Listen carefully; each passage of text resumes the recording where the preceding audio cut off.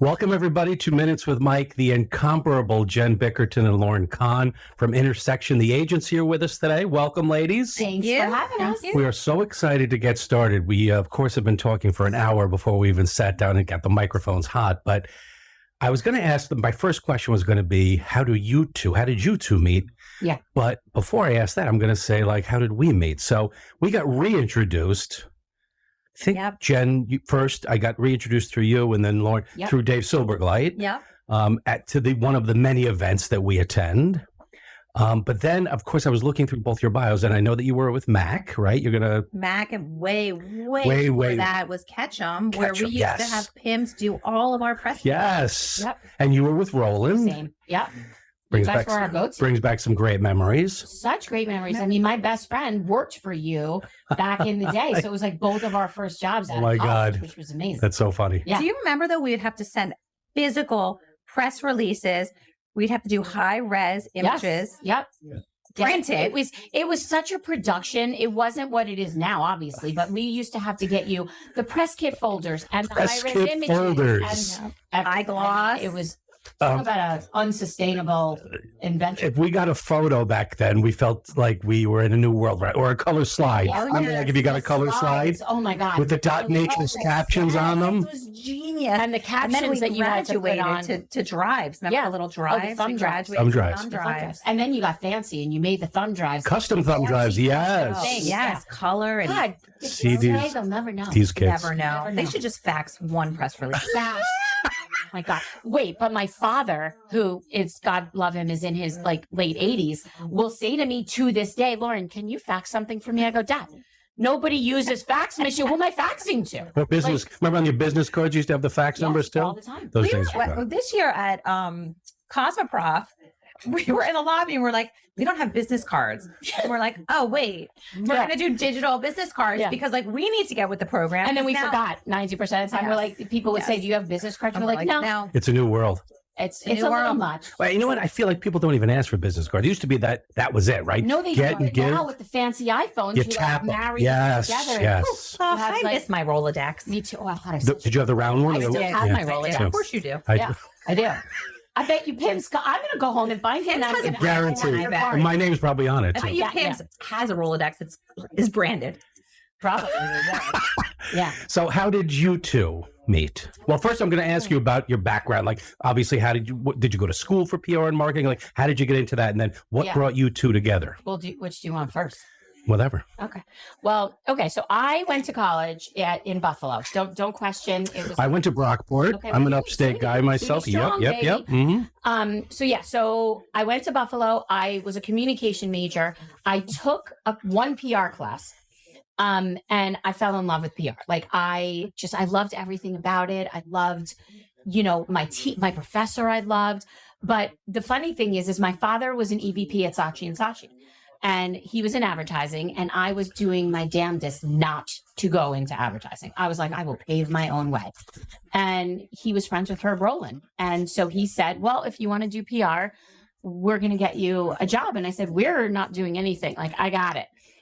And I could tell a very funny story later if we have time about my foray to Columbus, Ohio, and being offered a news anchor job for CBS, which I did not. Wow. It's such a ridiculous story. But anyhow, I come home and my father had said, hey, I made an interview for you. And I'm like, Dad, I'm seriously, I'm a big girl. I'm I'm okay, I got it. But I had to go.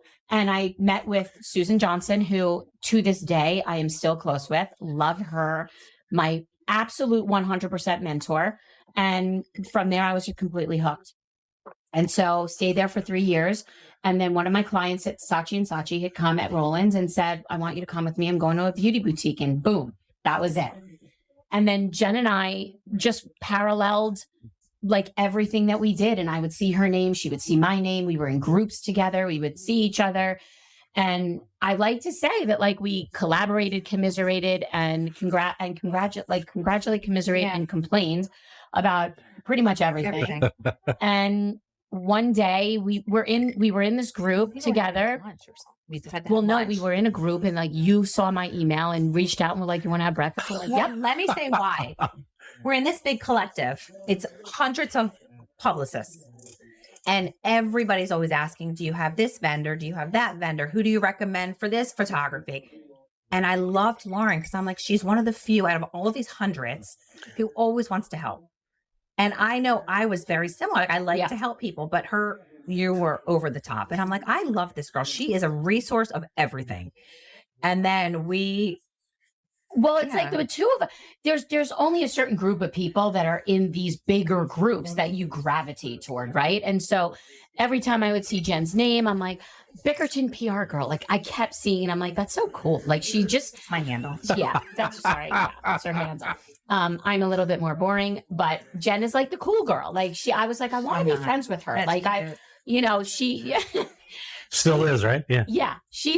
Jen is a special human being. Like, we complement each other so well. We're truly yin and yang. And let me tell you that, like, at 56 years old, when I didn't get rid of, he's still alive, but like when my last partner, we were together and we decided to go separate ways. He was selling a business. Anyhow, I'm still very good friends with him. I was like, no more. I'm good. I'm going to die alone. Like, this is it. And then I was like, nope. We had lunch and I was like, Laura, I think I want to take a partner on, because I felt like the meeting of the minds needed to happen, right? Because you can only run a business for so long, and you really have to keep those conversations going. And I'm like, I think if I had a partner who was really seasoned, we could do really big things. And the conversation started. It was a very slow boil of like, we dated before we got married. We dated. Well, first of all, we loved the food that we ordered. We did love the that. Was like, for me, I'm not a foodie, but I'm sort of picky. And so she's exactly the same. So I was like, oh, I'll have like eggs, but they have to be well done, and bacon. And she's like, oh, I'll have this. Me too. I'm like, it's those little things. If you can get that right, everything else. The little things. I mean, the funny thing is with the two of us, I have to say, we are so alike in so many ways, and yet we are so different in so many ways, where I'm always erring on the side of caution. I'm a little bit more like, no, like we should like really think about this. She's like, no, we got this. We're good. No, Jen, we got this. Come on. Yeah. And it's good. I actually feel like a stronger human being with Lauren. It's like a great marriage too. Like, if you can find somebody, that does the same, has those same attributes, where of course you don't agree on everything. You don't get along 150% of the time, but it's those core things that bring you together, that hold you together, that separate you. Absolutely. And what's better than a marriage is that, like, I always say, like, it would be so much better if we were together, because we would rule the world. Like, we get so much done, and like, no, it's not. But it's like, honestly, like, I trust her so implicitly that if she does things without telling me, I'm like, cool, that's what I would do. Great. I forgot to tell her today that I sent a gift card to somebody, and they thanked both of us. Profusely. I'm like, you're welcome. But she knew what to do, which is so great. Instead of being like, and then I was like, oh yeah, just forgot to tell you that, like, and she's like, cool. Like, it's just, it's so easy. Yeah. Yeah. So now, Jen, where did you get your start? Like, you went to Delaware. I saw that. I started at BU, and then I transferred to Delaware. It's a long story, but it was for a guy. Anyway, and we didn't last. But it works out like that. Yep. And I always thought I wanted to do advertising, oddly enough. That's fine. And so I followed a path to communications and advertising. And then my junior year, there was a PR class, and I had no idea what PR meant, but I knew my grandmother owned a PR agency in New York City. No kidding. And I was like, I'll look into this. And I took the class, and it took me a very long time to understand the difference between advertising and PR. I'm like, yeah, but people still don't get it. People still don't get it. Do not get it. Nope. Anyway, I still thought I wanted to do advertising. And in my class, I was in this acting class because I had completed all my credits, and I was able to do, kind of like just throw in the fun stuff in the end. And I had this kid, Jed, in my class, and he said, oh my God, my dad's a chairman at an ad agency. You should meet him. And I didn't know that his dad was a chairman of like the biggest Omnicom ad agency in the middle of Times Square, basically in the world. So he's like, I'll set you up with an interview. And I'm like, oh, okay. Well, I walk into this man's office. It's bigger than my home.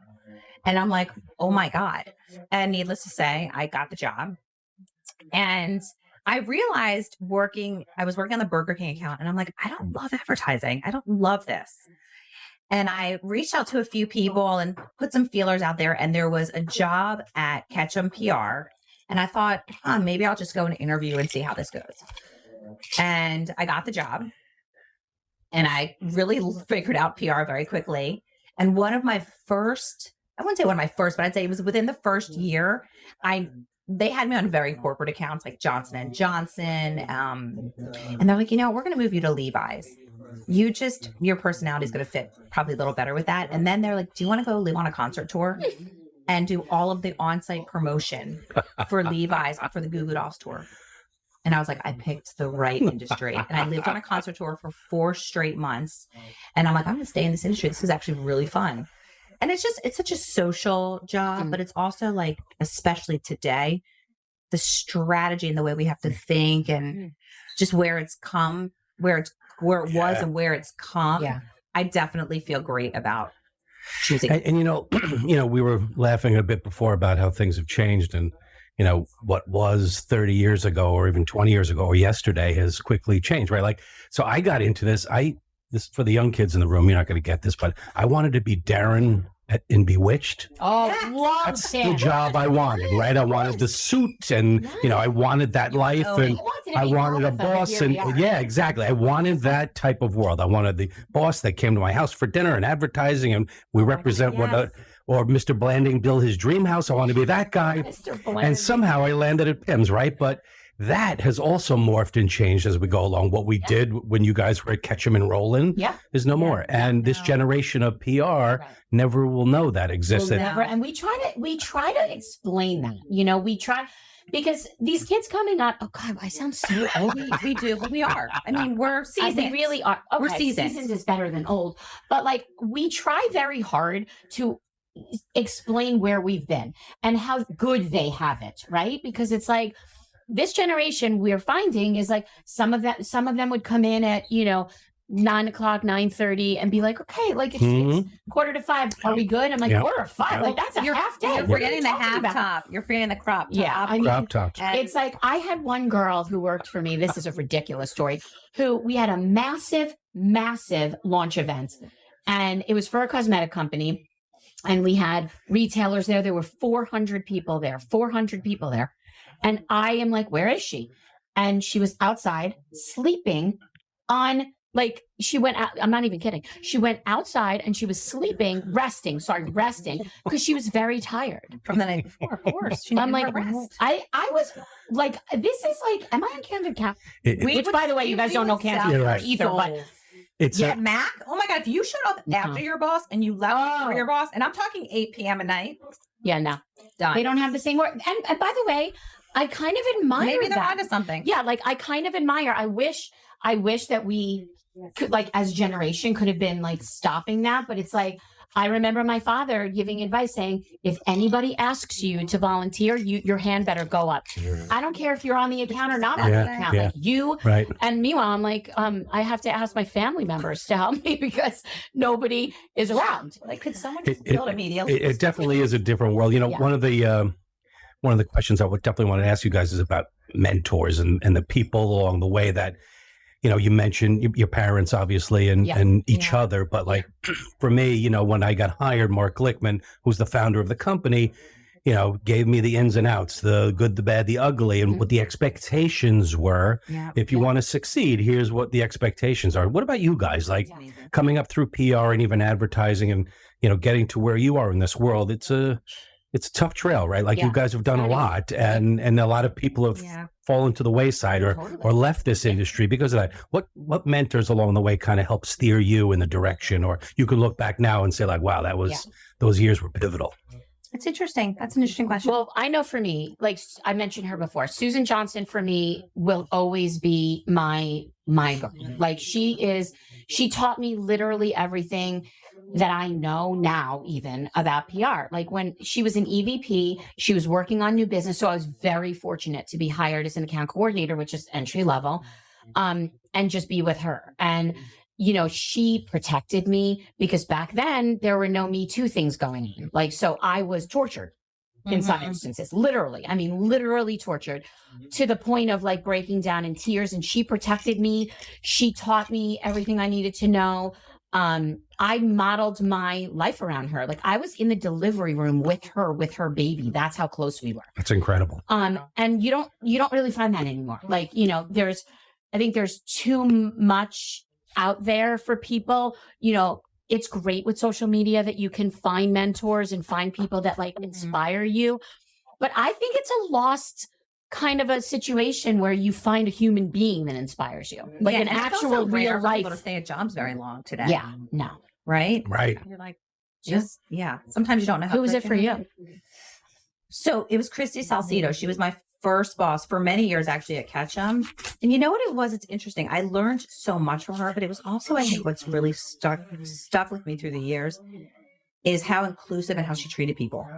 I remember how, literally when I look back at some of the press releases I handed her, she could have ripped them into shreds. And she was so cool and so constructive. And I wouldn't even say kind. She just had the best delivery.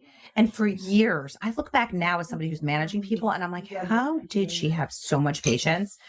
But she also was a great boss in that she trusted her staff with things that could be hard to be trusted with. I mean, she sent me on the road at 23 years old to manage all of these on-site radio promotions in all of these markets with major radio personalities. And I'm like, oh my God, she's really trusting me to do this.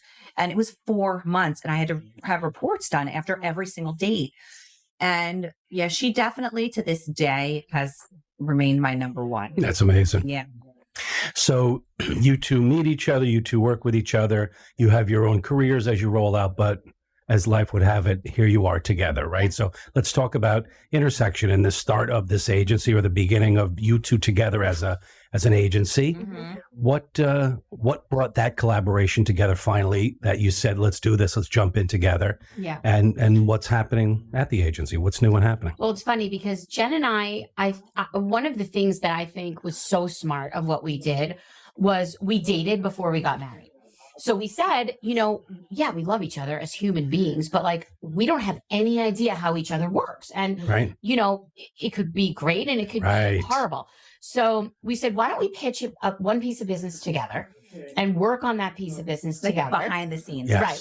Like not tell anybody, but like, we'll just explain to whatever client that was. And we did that. And it was so seamless and it was so good. And like Jen said, like, we bring out the best in each other and we support each other when one of us sort of, is off. And I think that going slow, I mean, we met, it was about a year. Even like a year and a half of just like dating, literally.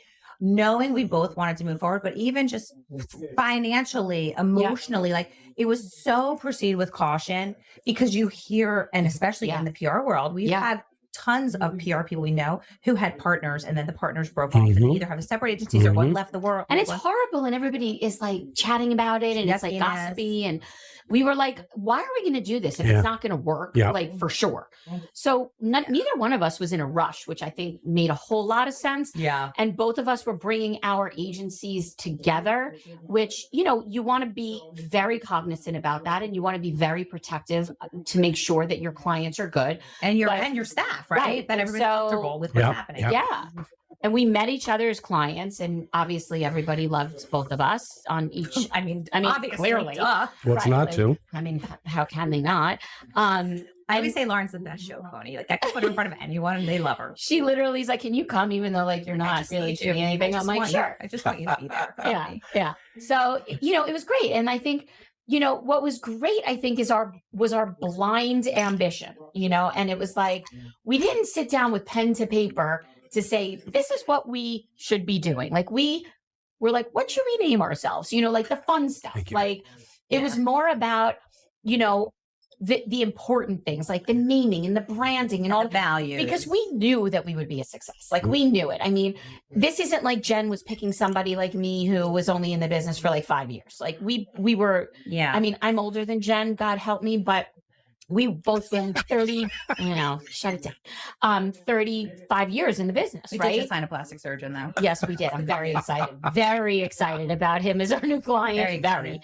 And so, neither one of us had any sort of, questions or I wasn't worried about that at all. I knew we were going to be successful. I knew that. Like, so that to me was not an issue at all. So like when people say, did you have a business plan? No, we didn't have a business plan. We did write a lot. I mean, we met a lot. Yeah. We would meet a lot on the weekends, and we would be doing a lot of notes and writing out what are our values and who do we want to be and how do we want to be perceived and what kind of business do we want? Yeah. What kind of business meeting? What kind of people do we want to attract? So there was a lot of that. But it wasn't like, let's do our 5 and 10 year plan. No. Right now, let's just get through the first year and let's make sure everybody it's really working. We have the right staff in place. We have the right clients in place. But it is interesting. The one thing I love about Lauren, and I laugh because I was telling this to my husband, is I've never met somebody who can have the most healthiest disagreements in my life. Yeah. Like not even my husband. I don't think my husband would say that. I mean, because I'm the kind of person where I get very quiet at times with things. I'm just like, and let me just turn my back. And Lauren, I can always tell. And Lauren is so good about like recognizing the elephant in the room. All right. So like, what's going on? Yeah, like the other day, I knew she was in like bad headspace. So I texted her. I'm like, I'm giving you literally 24 hours. So get it out of your system. And then we're back on the saddle. And she's like, okay. The 24 hours. I was like, oh, she just called me out on that. So we're going to move on now. And it segues nice. I was going to ask you about obstacles, right? So you two check a lot of boxes in what the world today says is difficulties in our world of business, right? You are women co-founders, right? You are wives and mothers. You are full-time business people, but you also have your lives that are going on. Your company is fully remote? No. We have 3 offices. Okay, so you have to juggle that as well. Coming back and forth to New York City, to Connecticut, and all the travels that you guys do. Yeah. What are some obstacles? Like, what are the difficulties when you wake up in the morning? Like, we have to figure this out in 2024.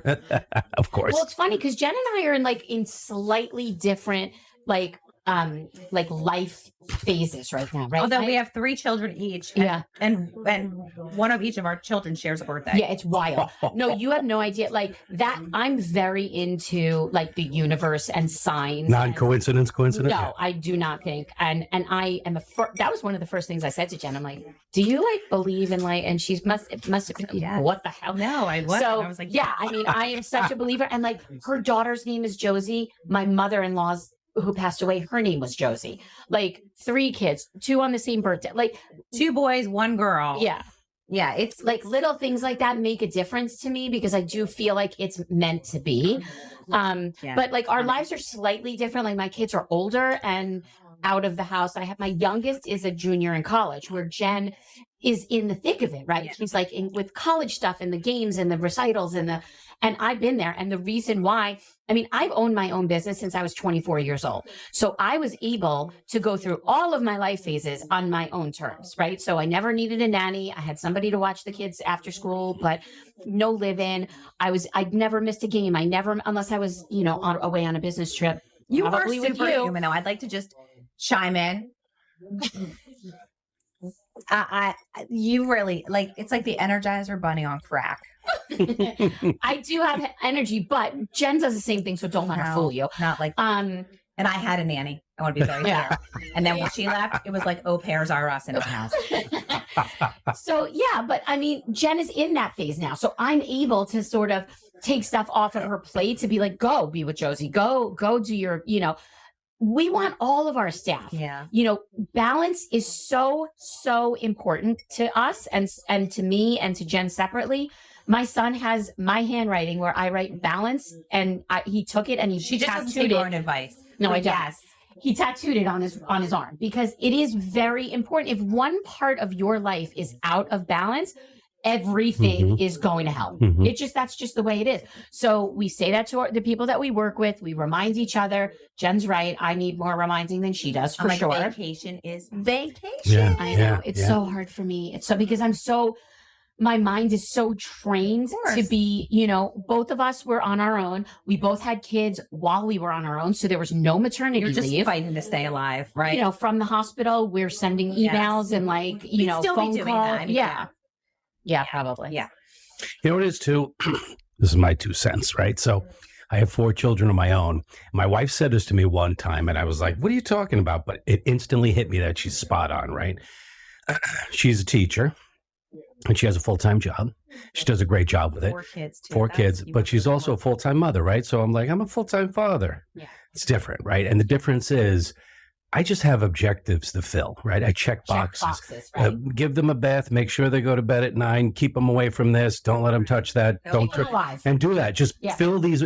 But I'm out of the house. This is what she said to me. She's like, I'm out of the house, but I'm still doing that job full time, right? So I give a lot of credit to you to be whatever stage of life you're in to be able to sort of make that time or create that balance, because again, in the generation we grew up in, there was a time where they're like work. The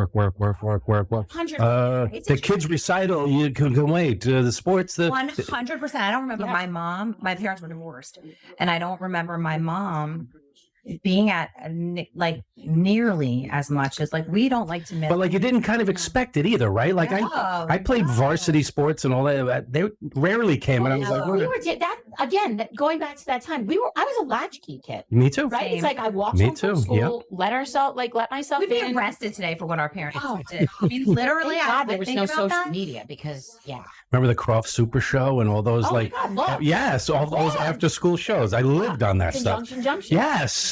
But that call out sick to General Hospital. I mean, no, but I ran home. Literally, my best friend. Luke and Laura got married. Oh my God! My best friend Lori and I, we were done with school, and I was walking distance from the high school. When I tell you, we sprinted home, sweating, and then we made the worst food in the world, and I was probably 89 pounds. Yeah, fried clams, pizza, knishes. I mean, she'll die when she listens to this because it's so true. Like, I don't know, like. It was a different time. It was a different time. But it all kind of goes back to that term balance, right? Yeah. And kudos again to being able to sort of see yourself through that and say like, here's what's necessary to make me whole, right? Yeah. I'm not going to work for a company that I don't see a vision or a future, and I'm going to do it myself. Yeah. I have to make time for the recitals and the sports game and whatever it is, and even in your marriage, you have to make time for this stuff because if all you do is work. Yeah. Here's the thing. Listen, I mean, society is dictating a lot of this to us now, right? Mm-hmm. Because growing up, literally when I say I was raised by a single mom who put the fear of God in me about making your own money and being independent, because my dad was gone by the time I was 2. Mm-hmm. And it was like I saw the struggle. I saw what it was like to really not have money. And I also saw what it was like when you go, the minute I turned 13, I went right to the guidance counselor, got working papers. Working papers. Remember the working papers? Yes. They were big. And then you had they had a copy. I don't think they have that anymore, working papers, do they? Then, yes, they do. Because like Jen was saying, you pass it down, right? So like my kids have worked since they were around 15. And I think that's the age now that is legal.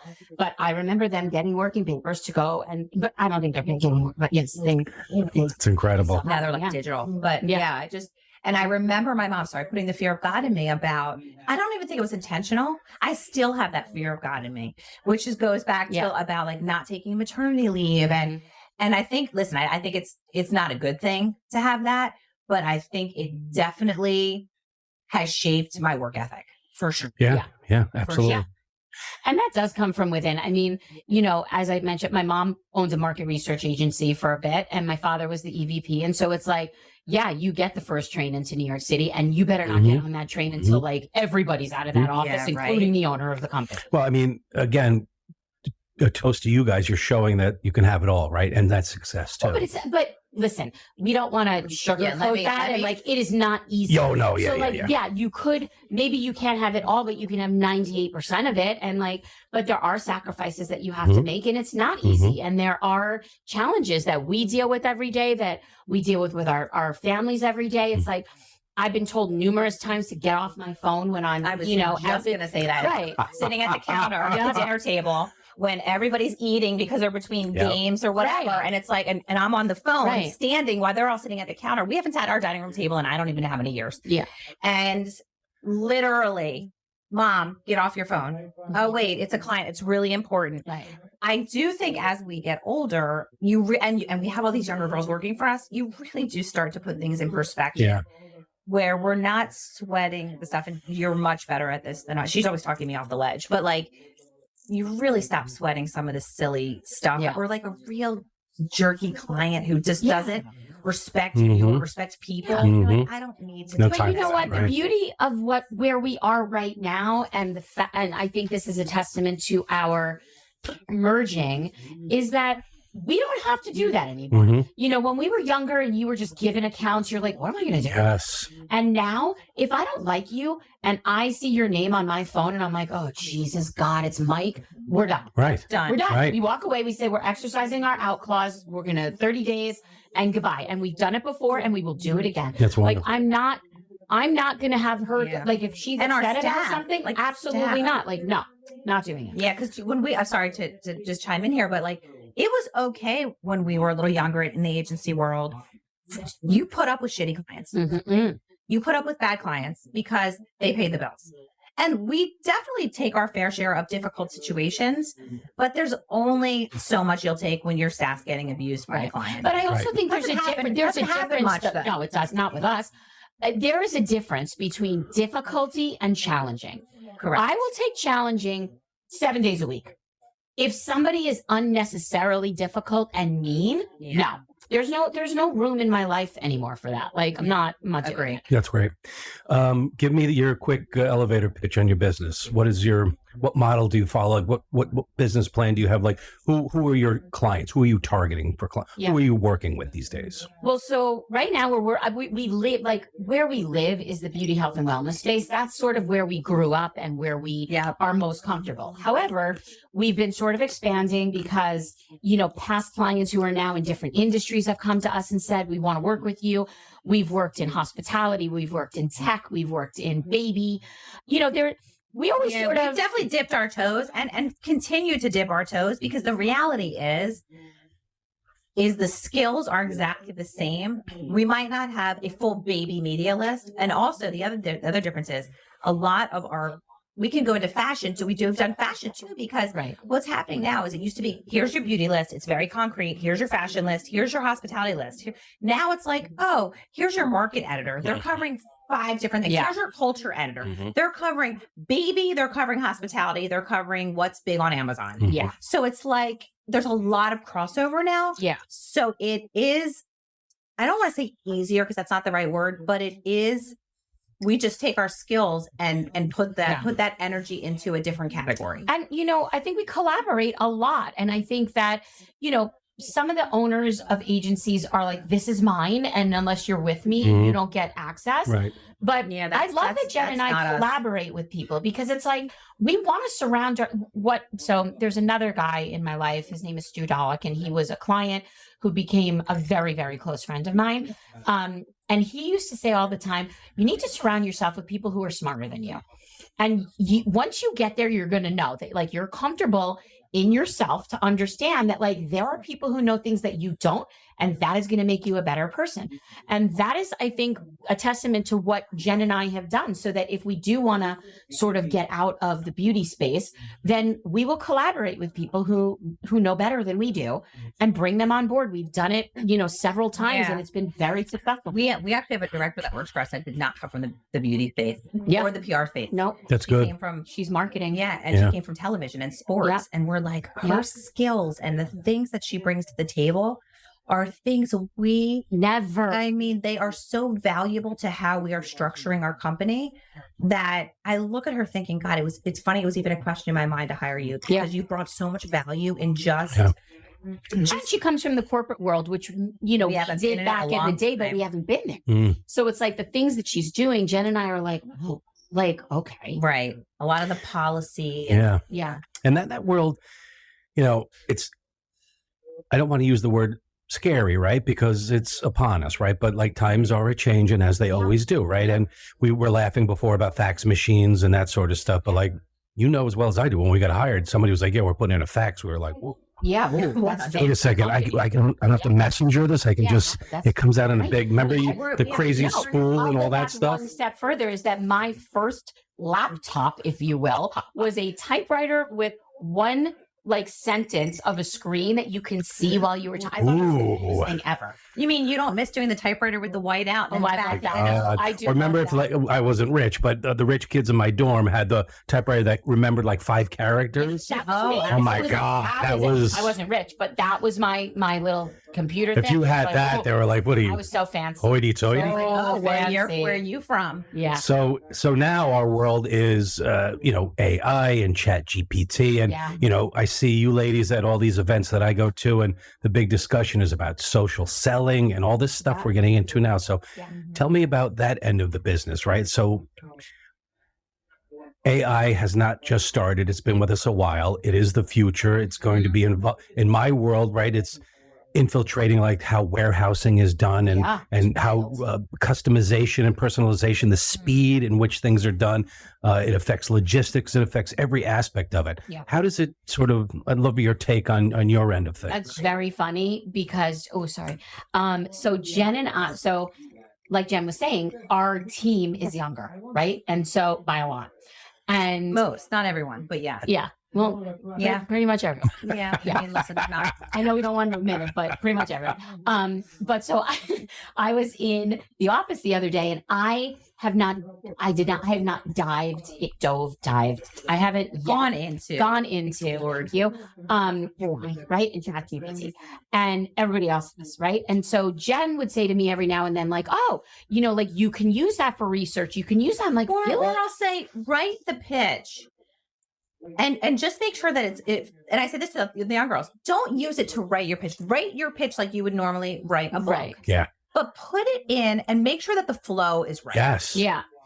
It's a tool. It's a tool. Yeah, it is a tool. Yeah. And so I didn't know how to use that tool, right? And so I got a crash course from the ladies in the office, and I was like, wait, what? Like, you feel like you're cheating. That? Like, we feel like we're cheating. Like I had something to do for a client that was very tedious and very, it was, I had written something, I had given it to her, the client, she had revised it, but I didn't see where she revised it. And I was like literally printing out both and going back and forth. And the girls in the office were like, what are you doing? And I'm like, oh, well, like I have to do this. And they're like, give that to me. And like, they put it in ChatGPT and it spit it out in like 13 seconds. I'm like, this is crazy. It's scary. It does feel like we're cheating though. Yes. I don't love it because I love writing. I love that creative process. I love everything about it. So for me, I feel like it takes that away from me. But you can still like, I love writing creatively, but there are times when I question if something's flowing correctly. And grammar and stuff like that helps you with. That's where I have to use it more, which I don't. Like, I need to master it. I'm scared of it a little, and I want to do what I still love to do. So like, my brain doesn't go there yet. Yeah. Here's the thing. We're used to things being painful because growing up, when you had to make a media list, you had a ruler and you were literally looking at for all your contacts and you were writing them out here. Now it's like you go into, you muck rack and you're like, it spits out 20 people. I mean, but that's such a good point because everything is easier. Right. It makes it much easier. And I always think I'm so much smarter than everybody, and I'm not, right? So, like, my youngest is a freshman, right? Yeah. So he was like, oh, I got to write this report. It's about this and it's about that. I'm like, yeah, bro, got you. Yeah. I'm going to cut it, paste it into. He's like, day one, they were like, any of you Chat GPTers, they have other they have bots that find. He's like, so thanks for helping me get kicked out of school, but I got it. No, but I asked that to my son, who's a junior at Alabama. And I said, how are these teachers? Because before with plagiarism, they would run your paper through something. Yes. And he said they do the same thing. Like there's prompts, I guess, that they do now to like. There's special software too. Yeah. With every step forward, there has to be an anti. Recently we had dinner at an editor's house. Crazy, like one of the beauty directors was like, why don't you guys come for dinner? And we went. Do you remember the conversation? Then it came up that around the table that a pretty popular editor was let go recently. We did not know that this person was let go, and it was because they were caught doing AI, using AI. Yeah. And we were like, oh, so everybody has their little ways that they're checking it. Yeah. And we don't know about that, I think it's just like with anything. Like Jen was talking about Bacon's. Like from Bacon's, we went to something. Nobody knows what that means either. Bacon's is like Bacon's was like a 4,000 page like encyclopedia of every single editor Do you remember these? Yeah, because they never their left. phone. Because nobody. Oh my God, do they have email addresses? No, You remember no, that? no. There was no email. There was no nothing. It was just it was torture. It was real torture. And those books were so heavy. They were like $10,000. They were. So and remember they had like, and if you were lucky, you got a vinyl cover for the volume. Yeah. Oh, yeah. But they were. It was like $15,000 and you were happy to pay. You got to get the bacon. I'm sorry. Do you not remember the encyclopedia and having to go and look up microfiche when you were doing papers? Yes. Totally. Remember when you would roll it? Oh my God. The hairs on the back of my neck are standing up because every time I would ask my father for help, he would say, look it up. I'm like, when I am a mom, I am never going to say, look it up. I don't. And now they can do it in 30 seconds. They don't have to look it up because they just have something to do it for them. I'm older than both of you two, but I remember when Eddie Zuback, sorry if he's listening to this, he gave me his report on polar bears. Okay. And I just copied the whole entire thing. He got an A+ or an A-. For you. And I was in like 11th grade. And I just handed it in and I was like. Did you get caught? I got like a B. I didn't question it. No, but you know what? The same thing happened to me with George Muniz, and I'm going to make you listen to it, George. He wrote a paper, my English teacher. Oh, I wish I could say her name because I couldn't stand her. She literally said to me, I'm not even kidding. She said to me, for your career, I would recommend anything that doesn't have to do with writing. That's what she said to me. I'm like, oh, I wish I could say her name to be like, look where I am now. See? I think she is right. Right. But he did it. So George wrote a paper. He got an A. I took his paper. I did exactly what you did, Mike, and I got a D. And I'm like, oh, I wish I could bring it to her and be like, it's the same paper. Yeah. Do you think she knew? No, that's I don't. She would have told me. Right, she would have said you cheated and whatever. But no, she never liked math. She never liked girls. Yeah, I don't know how you can. I mean, like, unless you did what I did and like. But again, this was 1982 or whatever. Sure. It was no scanners, no computers. No. I wanted to ask you about data and analytics. Okay. I asked for a selfish reason. My son, who's a freshman, I was like, so what are you going to major in? He's like, I don't know, maybe like I'm going to be like a sports lawyer or not going to happen. Or something to do with sports. Like sports this, sports that. I'm like, how about data and analytics? Yeah. Because that's all I hear now. Yeah. So that's what he's majoring in, right? That's great. My husband's an analyst, and I'll tell you, he will sit in front of spreadsheets for 1,000 He's really good with that sort of thing. Always has been. It's going to be a perfect fit. Yeah. In our world, the Bacons of now and today are these companies, your creator IQs, your Nielsen IQs that provide this data, this information that you can use to pitch business, contain, give end of the year report, however you're going to be doing it.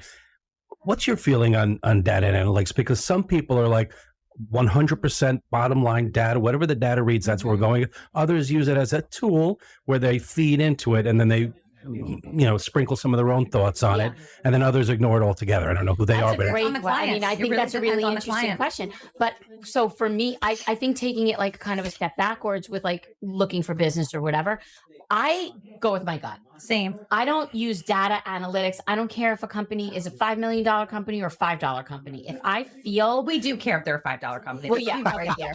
Okay, maybe not $5, but I love an indie brand. I love a startup. I mean, at the heart of this, we're entrepreneurs, right? And so we understand. We speak their language. The background that we have, both of us separately, which actually parallel, is we have both built brands from conception to shelf. So we know what it takes and we can speak their languge. We also know their consumer. We're buying a lot of those indie brands. So I don't use analytics at all in my brain. For clients. Yeah. When it comes to like specific things like, what's the ROI or, can you get me a KPI? Yeah, we'll use analytics for that kind of thing. Some clients really, it's very funny. And I think this is also, again, a testament to the indie brands versus coming from your L'Oreal and your Revlon and your Coty and your Shiseidos of the world, which is where we come from, is they don't necessarily make that their number one benchmark anymore. Right. They really want to see things move. And it's not always based on the numbers. No. Right. And I will tell you one thing is that whenever we hang up with a new business perspective client, the one thing they always say is your passion and your energy is unbelievable. And I think that makes a difference I want that on my team. Yeah, I want to match the energy of my clients. I want them to understand that we're an extension, and every publicist sitting across from you will say the same thing. We're an extension of your team. They're not. They disappear. We were on the other end of that, where we were given accounts as 21-year-old. We were like, what the hell are we doing? Like, we don't know what we're doing. Right. But as and seeing your people disappear. Exactly. Right? And as owners, we are involved in every single thing with our clients. We don't do the day-to-day stuff, but we are supervising it. We are strategizing around it. We are on calls. Like, our clients are our friends. Like, we text them about Bravo shows and sporting events and whatever. Like, it's, you know, for Jen and I, we're in this. Like, we're not, this isn't just like the end game isn't just about making money. It's about relationships that last for decades. Right. It's not like I will say, being in this industry for so long, and we have a lot of agency owners who are also very good friends. And, you know, a lot of these agencies get to a point where you gain a client, you lose a client, you gain a client, you lose a client. Yeah, you're in the same kind of business. Yeah. Right? And then not only that, but like with those conglomerate, you know, those big agencies too, you're, the person you're pitching and the person you meet to talk about your business, you'll never see them again because being rolled down, rolled down, rolled down, rolled down. Right. That's exactly what it is. So to be aware of that. Yes. What's the next 5 years hold for you two and the agency? Like, where best laid plans, where would you like to be? I mean, in 5 years, I would love to have our agency sold. And working, you know, with them or working on our next, or be on boards, or like working on our next sort of project together. Like Jen and I are in this, like we're till the wheels fall off. So we'll find the next thing. But, you know, we've spoken to a couple of people about building the agency the way that we should be building it in order to sell. And, you know, we haven't even been doing this for a year yet. We're not even a year in. Yeah, we've tripled our business. It's great. And you know, I look at keeping it in perspective. If you ask me where I want to be in 5 years, I want to have the same outlook I have now, right? I want to still look at the industry with fondness and not with from the beach and with a cocktail. phone turned off. There you go. Great point. Yeah. Great point. Yeah. Ladies, it's time for the lightning round. So I did tell you this as we were setting up for this, but this is completely off topic, and I gave you no warning. I love it. But it is this or that type questions. Shows like I feel like I'm gonna go on. So I'm like, what questions can I ask them? What'll be kind of funny and goofy and cool? And I came up with commute. Now we all commute, right? Oh, yeah. I'm a Westchester guy. You guys are both from Connecticut, right? No, Westchester. You're from Connecticut. So we were talking about Metro North and the train. I get on at White Plains. Where do you guys get on? I get on in Bedford Hills. Bedford Hills. All right. So we all deal with that whole thing. I got to say, no complaints about Grand Central, and for the most part, there's no more bar cart anymore. I know. What the hell happened to that? Why they did away with that? I think because people got a little crazy. And after the bar cart, they had, remember, you could, as you were walking down. Yes, you could go to your own cart. But did you hear what happened with that? There was a big scam, and like somebody was pocketing tons of cash. Oh. Stop it. So one person ruined it for everybody. Overnight it went away. So rude. Anyway. Okay, ladies, so here we go. Rude. It's this or that type questions. You can just bark out an answer, or you can go deeply into it. It's totally up to you. Here we go. I feel like I'm on Watch What Happens Live. 100%. Yeah. Where are the shots? And I don't give any form of explanation. It is whatever you hear. Ready? Oh, okay. Subway, Uber, or taxi? Uber. Rush hour traffic or crowded trains? Would rather die. Rush hour traffic. But if I have to pick, rush hour traffic. How often do you drive? Like drive in, drive out? I would say. Really? As opposed to the train? Really? It depends what the meetings are. Well, right. And you don't find it more convenient about getting on Grand Central train? Productive. Yeah. Ridiculous. Yeah. In a car, we can knock out 3 conference calls. Easy. Right? And listen to a podcast. And talk to my mom. Right. And get mom and dad in. Right. Yep. Okay. Here's a good one. Commute with a podcast, reels, or a playlist? Podcast for me. Podcast, playlist, or reels? Yeah. So of the 3, it would be a podcast or my New York Times puzzles. I kind of, these reels, my kids are like, dude, stop sending me reels. That's all. I can't stop. But like, they ignore me too. They ignore rude. I pay your bills. But you need to acknowledge me. I will watch these TikToks and laugh so hard and send them in as crickets. I'm like, are you? What's wrong? Then you're not responding. The algorithms, like I got a whole thing on Monty Python's Holy Grail. I sent it to my kids. Like, this is the stupidest movie ever. Like, I mean, my algorithm, I'm like a serial killer. I just get a lot of pets. Yeah, it's for Penn Station or Grand Central? Grand Central. Morning coffee at home or grab it on the way? Grab it on the way. I know you guys are going to find this hard to believe. I don't drink coffee. Which is, by the way, one thing we don't have in common. Yeah. Never? Blows my mind. Get out of here. My mom will be like, have you tried cappuccino? She thinks I'm not an adult because I don't drink coffee. But yeah, no. Just never got into it, the taste. I love the smell, but I never liked it. I don't know. But like the first couple of coffees are disgusting, but you get through that. I don't think they're disgusting at all. No, he's saying the first time you ever drank. Yes. It's like beer. Yeah, exactly. Yeah. Okay, I don't like beer either. Well, you're going to learn to. How about working from a co-working space or a corporate office? Co-working space. Taking lunch or sitting in a cafe. Taking lunch to go or sitting in a cafe. Well, I would like to sit in a cafe, but normally we take it to go. Yeah. This is a good question because we argue about at PIMS all the time. In person, you have your choice. It's not just a quick hello. It's a meeting. Okay. You want to make sure this is productive. Yeah. In-person meeting or Zoom call? In-person meeting. I agree. We're a dying breed. Yeah, because I think, guess what? Zoom, your eyes are in this corner, in that corner, in this corner, in the bottom corner. And it's always somebody saying like you're on mute and like. I know, but you know they're coming with their pajamas and the dryer buzzer just went off. So I much prefer the in-person. We are the minority. Yeah, I know. All right, last one, ladies. Networking event in the city or heading right home after work? Heading right home after work. It depends what the event is. Jen loves events. She loves events. She's always a stretch. That's a stretch. Because she'll always call me and be like, I'm going to this event. You want to come? I'm like, yeah. And knowing full well I'm going to call her then and be like, I am not coming. I think you're actually, I don't agree with you. Yeah. Do show up for everything. I do show up. But I see you both at everything. I know. No, we come to your events. That's true. That's true. You're like, where's Waldo of events? They are everywhere. Every time we're at Cosmoprof, I'm like, where are they? There's PIMS. There they are, right in the aisle coming toward me. You talk about brand awareness. If that company doesn't have brand awareness, literally everywhere. Yeah, you guys have done a phenomenal job. Ladies, this was fabulous. Thank you so much. We're going to have a part 2 of this. We just talked about